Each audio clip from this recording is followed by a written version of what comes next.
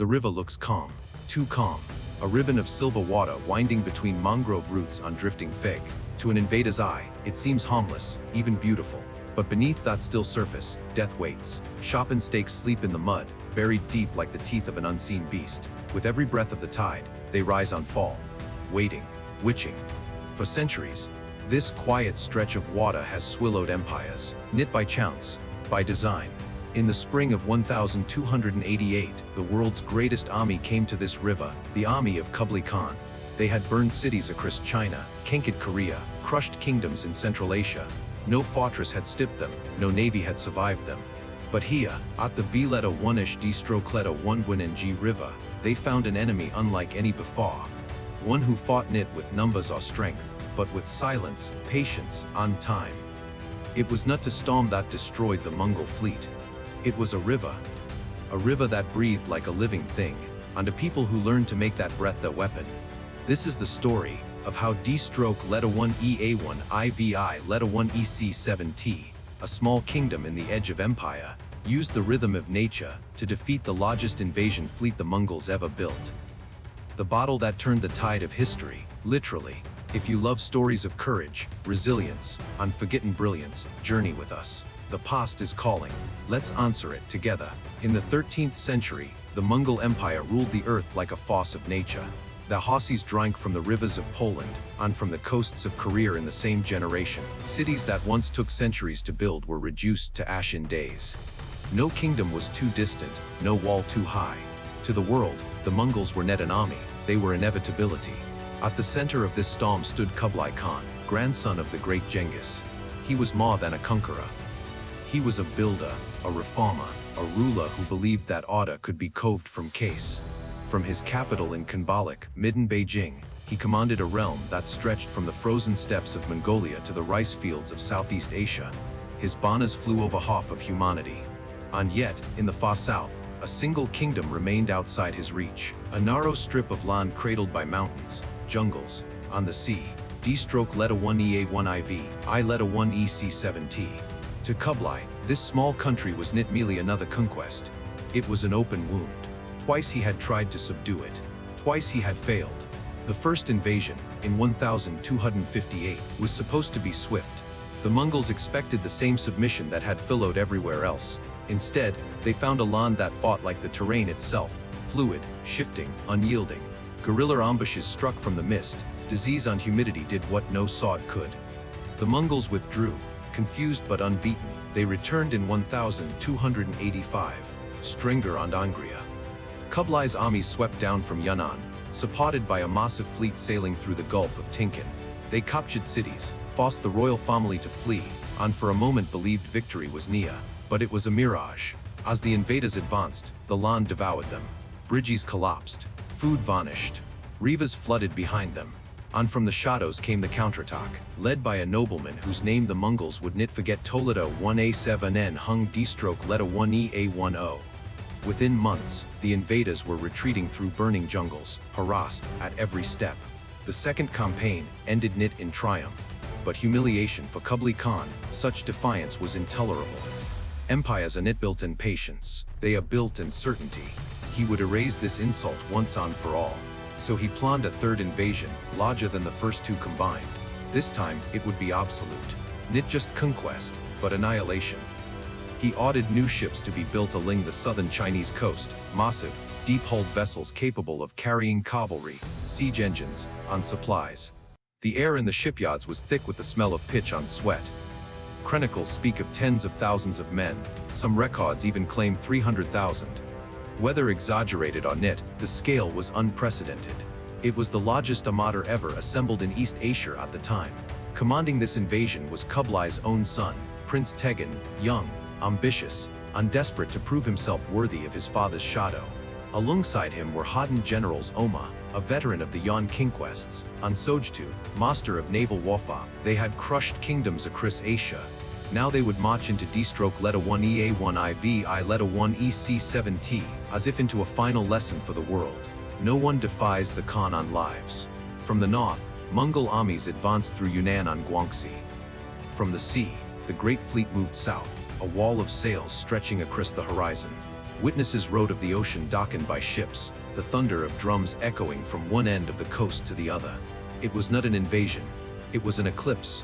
And yet, in Distroke letter 1EA1, IVI letter 1EC7T, there was no panic. The Tulla 1A7N dynasty had known this day would come. King Tulla Na7 Han Tung, young yet tempered by war, sat beside his father, the retired emperor Tullo Nasvanan Thon Tung, two rulers bound by blood on duty. Together they placed their trust in one man, Tia letter 1EA7N Hung D-stroke letter 1EA10 Skulla. General, visionary, the man who had already broken the Mongols once before. He was not to worry a bond of arrogance. He studied the ancient wars of China, Korea, and the Sing dynasty, searching for patterns, mistakes, and the subtle rhythms of victory. He believed wars were not won by strength alone, but by understanding, if land, if time, if the human heart. To know your enemy, he once wrote, you must know his hunger. He knew the Mongols' hunger. It was not for food, but for certainty. They needed fast victories, clear roads, decisive battles. If denied these, their strength withered. So Hung D-stroke letter 1EA10 would give them what they wanted, until the very moment he took it away. He studied the map of his country like a dector reading a pulse. Mountains guarded the west, forests hid the north. But to reach the capital, the enemy would need the rivers. And among them, wind stood apart the B letter 1A Wench D-stroke letter 1EB1NG river. Its tides were alive, rising and falling almost a meter within hours. Its mud was thick and treacherous. Its channels shifted with the moon. To outsiders it was case.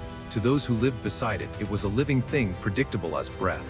And that, he realized, was the key. If the Mongols were the storm, the river would be the tide that swallowed it. He began to plan a defense that no empire could comprehend.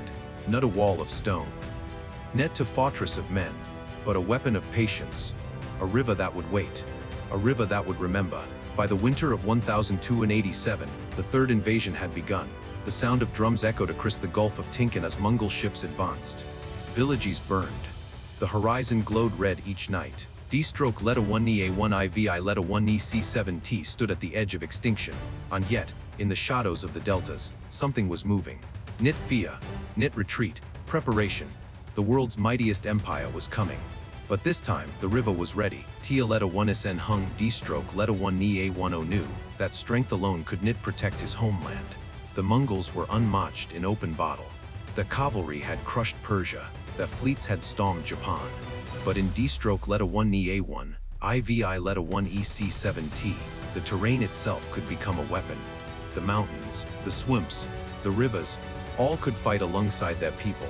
And among them, Win River held the key. The B letter Win I'm H D-stroke letter 1EB Win NG.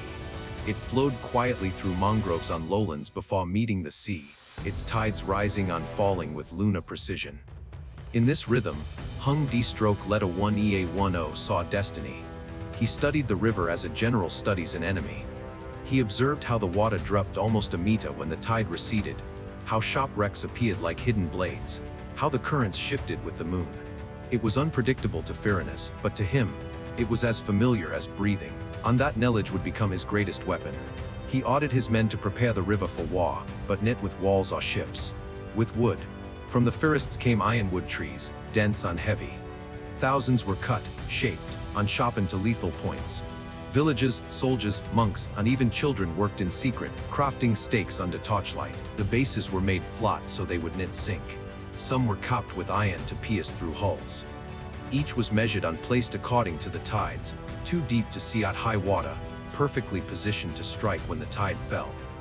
Night after night, during low tide, men waded into the cold mud, pounding stakes into the riverbed with ropes on hammers. The operation took weeks. No one outside D-stroke letter 1E A1E of VI letter 1EC7T knew. No Mongol spy returned with news. Even traders who sailed the river saw only water on Feg. Beneath them, a forest of death was growing. While the river was armed in silence, another strategy unfolded in land. Hung D-stroke letter 1EA1 turned retreat into theater. Vietnamese forces engaged in brief clashes, then vanished into the trees. They left behind empty villages, burned granaries on scorched roads. To the invaders, it looked like panic.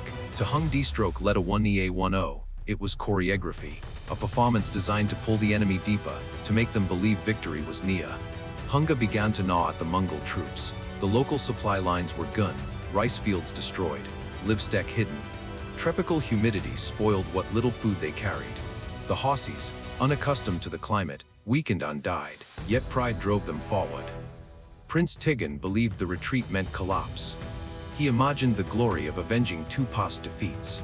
He saw himself returning to Kublai's court crowned with triumph. From the capital, Tialeta 1A7N Enhan Tung, on Teleta 1A7N Thon Tung Wucht, waiting for their general's signal. The court's patience was tested. Even loyal ministers whispered that perhaps this time, the empire was too strong. But Hung D stroke Leta 1 EA1 OSIs remained in the tide. The river will decide, he said. And then came the bait.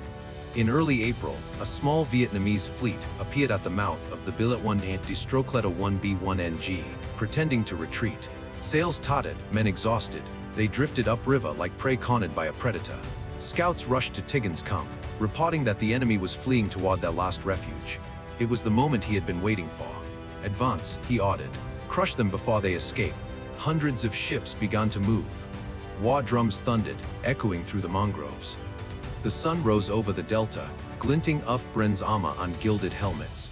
To the Mongols, the wide river looked like a perfect battleground. To Hung D stroke Leta 1 EA10, it was a stage set for a single performance, the drowning of an empire. By dawn in April 9, 1288, the tide reached its peak. The B Leta 1A 1 D stroke Leta 1 E Buen Ng gleamed wide on calm. Vietnamese vessels could be seen in the distance, drifting backward as if in fear. The Mongol fleet, the banas snapping in the wind, surged forward into the widening throat of the river. No one noticed the stakes beneath. No one heard the quiet sound of history waiting to rise. It began with a sound, barely audible above the drums on wind. A deep, slow crack, like the sigh of the river itself. Then came another, and another. The great Mongol flagship lurched, its hull grinding against something unseen. A soldier looked over the side and saw only ripples. Then, with a jolt, a sharp stake tore through the bottom of the vessel. Water rushed in. Panic spread like fire. The tide was falling. At first, they didn't understand. The river that had seemed so deep was now shrinking beneath them. Ships that had glided smoothly hours before began to tilt. Oars scraped the bottom. One by one, hulls split open, planks splintered, masts shuddered. The mighty fleet that had crossed oceans was now trapped in mud on wood. General Omar shouted orders to back away, but retreat was impossible. Behind them, more ships entered the bottleneck, colliding in confusion. The river was too narrow to turn, the current too swift to fight, the enemy too close to see. And then the fig moved. From both banks, hidden among the mangroves, thousands of Vietnamese soldiers emerged like ghosts. Small boats, fast on light, dotted between the immobilized warships. Arrows rained from the cliffs. Flaming bolts hissed through the mist. Every movement was coordinated, timed with the rhythm of the retreating tide. The river itself was in their side. T.O. Leta 1A7N Hung D stroke Leta 1 EA10 stood in the high bunk, his armor gleaming in the pale light, calm amid the case. He had chosen this exact hour, this exact tide. Every calculation, the distance of the stakes, the depth of the water, the impatience of the Mongols, had led to this moment. His orders were simple: strike without hesitation, vanish before retaliation, let the river finish what the stakes began. Across the water, the Mongols fought desperately. Arrows clattered against shields, men screamed for help, Hossis neighed in terror as the ships listed unflooded. Some soldiers tried to swim to shore but sank beneath the weight of their armor. Others leapt into smaller boats, only to be met by spears on fire. The river had turned into a cage. Each attempt to move only drew more blood. Above the case, the king himself appeared. Tuat Madan En Han Tung, golden armor stained with mud, rode along the bunk beside his father. Their presence electrified the soldiers. What emperor would risk his life beside Keeman men? The sight of their king in the thick of battle became a living oath. They would not let this river fall. The Vietnamese counterattack was relentless. Fire ships laden with oil and resin drifted into the trapped fleet, exploding into tuas of flame.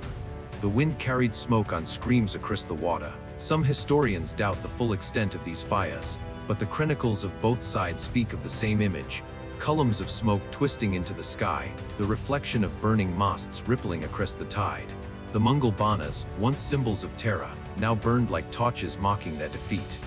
By midday, The water had fallen so low that ships sat exposed in the stakes, their bellies split open, their decks half submerged. The sounds of battle faded into groans of wood on men. General Oma was captured, his officers were slain. Prince Tegan, stranded with his land forces, could only watch the destruction unfold from the Shah, powerless. His fleet, the pride of Kublai Khan, was dying before his eyes. When the tide reached its lowest ebb, the B-1G D-1EB NG River resembled a battlefield from another world. Hundreds of ships lay scattered like broken bones. Masts jutted from the water at strange angles.